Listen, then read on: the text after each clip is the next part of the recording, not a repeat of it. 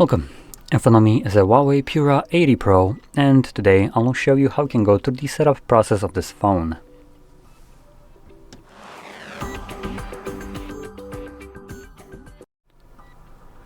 So, when you put it up for the very first time, you should be presented with the same kind of page that you can see on my end. Now, from this god-awful UI design, you need to find a bubble representing your language, which for me that is English, which was selected by default. So click on your bubble and then select Get Started. Next, select your region. No, I would definitely not want to be considered as a UK region. God forbid that. I'm going to select Poland. Now, the reason I don't want to be considered as UK is because as a country that supposedly has freedom of speech, it's a load of bullshit, and God forbid you ever on the internet say anything negative about someone. You offend them with your speech. Yeah, you basically get police knocking on your door and arresting you and putting you in prison. But hey, God forbid you actually, culturally enrich someone. Yeah, that's fine. So anyway, now I also like to select Poland as, let's just say, we as a country are a little bit more based. And that's number one. And number two, as a European Union, our laws for consumers are much friendlier than the ones, for instance, in US, which are friendly, just not to the consumers, but to the corporations. So if the corporations want to, go dry in without lube, yeah, you better go see a doctor then, because you're getting completely screwed by them whenever they want to. And obviously government isn't there to help you. You don't bring them that much money. So I personally like Poland as a region. Even though I'm from here, I'm not really biased against this, just because of that, but it's because of the consumer rights. And that does have a meaning when it comes down to legal problems and stuff like that in the future. If some company wants to, I don't know, for instance, do something and EU takes them to, basically tells them that you're monopoly, no, you can't do it. As a person living in here, yeah, those basically apply to me. So when company is forced to change something, it's going to be changing it for me, but not, for instance, for the US citizens. Now, as an example, in the US, this doesn't really matter because it's not like these devices are sold there, but they are sold in Europe, so I do want to point that out. Moving on, we have terms of use. Okay, great. I love to have restrictions on how I can use my device. Those are always great. So we have end user license agreement and basic service statements and data encryption notice. Cool. These all sound so friendly for a device that you supposedly own. Now you can tap on details and read exactly what these are. And at the end of the day, you need to agree to all of them. Next, we have insert SIM card. And we have two different ways of going about this. We can insert a physical card or two. Or you can add one SIM card and one eSIM, or just an eSIM. Now for eSIM, I think you are required to connect to some kind of network, Wi-Fi specifically, but I could be wrong about this. I know that other devices do. Here, let's see. Yep, an internet connection is required. So yeah, it's telling me that I do need to have internet, and this eSIM will take a spot of the eSIM spot 2. Now I'll be skipping this and moving on to connecting to network. So here you can sign into a network. Sorry, not can. You have to. Winnie the Pooh wants you to, so you're sure shit going to be doing it, or you're not going to be using a device. Your data is not your data, it's their data, and their data is their data. So let's just sign into a network, because it's not like I can set up the device the way I want to. It's not my device, right? CCP owns it.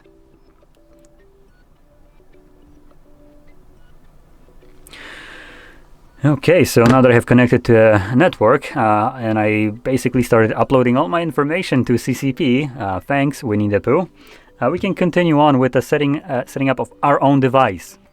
Just not the way we want it to. Awesome. Love it. Data and privacy. Oh wow, that's such a lovely statement right after you force me to connect to a network. I feel so fucking privated here. So private.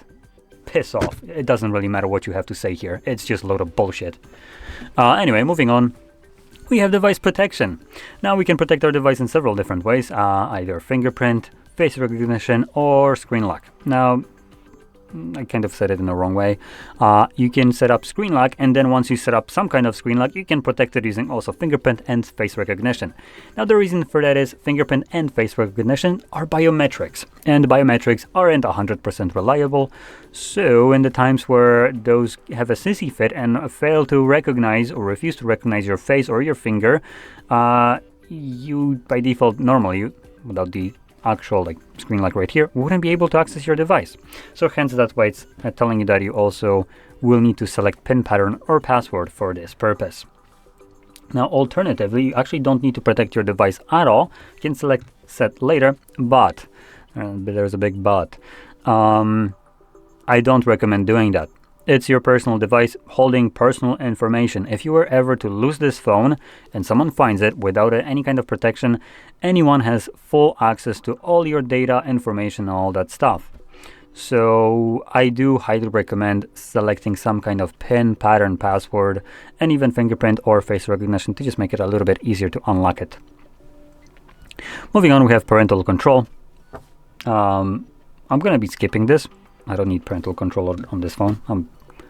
That's kind of useless to me, but obviously if you're giving this phone to your child, you probably might want to select that option or not. Anyway, moving on, we have Huawei ID. So it tells you that Huawei ID is basically needed for a couple different things like cloud, find my device, app gallery, which is basically a Play Store, wallet, videos, and some other ones. Now, the ones that are absolutely moronic here is the Huawei videos and music. Unless they are like streaming platforms like Apple Music or Spotify, then I guess I could agree that this could be reasonable. I guess, yeah, those are probably all based on just cloud kind of payment. So Huawei Wallet probably just allows you to pay. So the payment information needs to be saved to your account. Same thing goes for the video. If it's a streaming platform that you can rent or just VOD videos, then it does need, an account, as the payment needs to be assigned to some account. So yeah, this is basically equivalent to an iCloud from Apple. It's almost one-to-one copy of it. So for this purpose, I would say that you probably want to have an account and sign into it if you don't already. And just click on continue and log in here. Now, this isn't a requirement, and unlike Apple, you can actually sideload applications, and you are not forced to use things like the app gallery here to install applications. So you can just go to the browser, download those, sideload them, and you're good to go. And you don't need to use things like the Huawei wallets, the videos, and all that stuff. You can just do this in some different way. So you can select, for instance, the option here, don't have a Huawei ID or forget password, and that's how you can skip this. Yes, I know there was nothing about skipping in that statement, but hey, look at that, it's right here. Maybe later. Leave. Next we have HMS Core. So just a bunch of spyware here. We have odd ID statistics, so gather data and basically monetize it. Yeah, we're gonna turn that off. No one needs that. Personalized ads, again, we're gonna turn that piece of shit off as well. Again, no one needs that either. You don't need your device to give you ads based on what you talk about. That's effing creepy. It's still gonna do this. It's just not gonna give you the ads relevant to what you are talking about. But it's still going to be gathering it. These options don't stop this. They just stop the device from displaying ads based on those things. We have also auto update, and well, that's about it. You can turn that on if you want to. Not sure why this is actually turned off out of all the things, but anyway, let's move on. Enhanced services. So dear MIUI provider, a range of yeah, we're not going to be enabling all the services unless you want to, but it's basically more of these things like, hey, help us God basically improve these services by removing your privacy and gathering all the data on how you use the device, what you do, where you go, and all that stuff. Yeah, because we need all that to improve how our phones work. We need to know where you are when you're buying something, what you talk about, to help us improve our phones. How about no? Anyway, moving on, we have user experience improvement programs. Again, this is more of the same shit. Share analytics. and location services. Now, I do want to point out location services is a very kind of misleading kind of term. Maybe not, but it's basically using GPS tracking, right? Nothing really new, but let's see. Location services use a global navigation satellite system, so GNSS, positioning or network information, Wi-Fi, cellular, Bluetooth, and IP to provide services with basically your location. Cool. Now, I do want to point out you can select later, which technically would imply that it's not enabled, right? Which, I mean, it might not be, but the moment you connect to Wi-Fi or enable Bluetooth, well, that thing goes out the window. You might not have location on, and applications might want you to turn it on just for a very precise idea of where you live, but this option basically means absolutely F all if you actually want to use your device without. So the moment you enable things like even Bluetooth, which technically shouldn't really gather your location and technically doesn't, but it can connect with other devices, so the devices will see that your device specifically, and automatically those other devices can broadcast your information where this phone is located at, which completely removes the privacy purpose right here. And obviously just location automatically becomes enabled, even though things like maps won't know where you are because you don't have the GPS navigation, but you have Bluetooth, and Bluetooth can know where you are. And the applications that use that as well, which is just a load of actual like barnacles right here. Anyway, moving on, we have keep your software up to date, which we kind of had that before, just at the bottom of the page, which was disabled. So I guess now you can enable it by selecting enable and continue, or you can just continue with enable or update manually. Next, we have data import, so we can move over data from an old device to this one, and we have a couple of ways. So we have move data from another device, and that would be through phone clone, or you can restore from Huawei Cloud. Now, this means that your backup is already on the Huawei Cloud. Now, I do want to also point out, so with this option, the phone clone, this is an application that has been out for a very long time, since Huawei was still usable in US.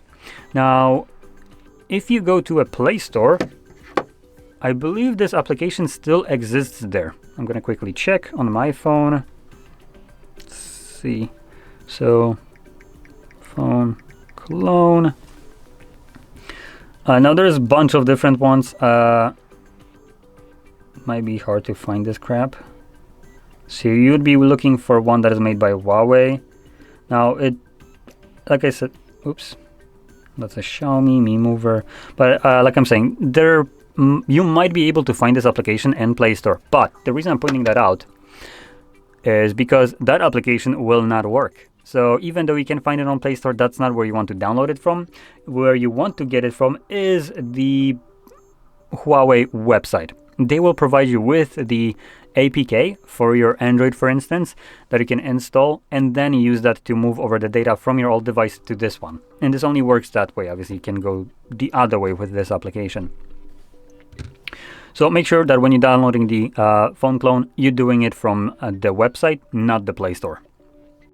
And I don't know if I mentioned this, but the reason the Play Store one doesn't work is because it's severely outdated, and Huawei cannot update it just because no US companies can do business with them. So not Apple, but Google, for instance, cannot get an updated version of this application and put it onto their store because they cannot interact with Huawei as a company because of the trade ban or whatever you want to call it. Basically, Trump kind of going like, ooh, Huawei bad, and yeah, you're gone because you made too much money and you jeopardized the other devices that do the same kind of spying as you do. But hey, those are US companies, and we can't have those be outshined by China. Anyway, I'm gonna set up this device as a new one. Next, we have navigation and the gestures. So by default, it tries to use a mouse, but you can change the navigation method to buttons. Now, I do personally prefer gestures, so I'm gonna switch back and select finish. Now, before we can actually finish, we are blocked by malware. Or malware by basically just garbage. So these are applications that the device automatically tries to install on your phone, get those popular apps. Now, I don't want your popular apps. And holy shit, who the hell uses Edge as their browser on their phone? Are you high? So I'm gonna select all and then deselect all. I don't care for any one of these applications, and if I will, I can download it myself. So moving on.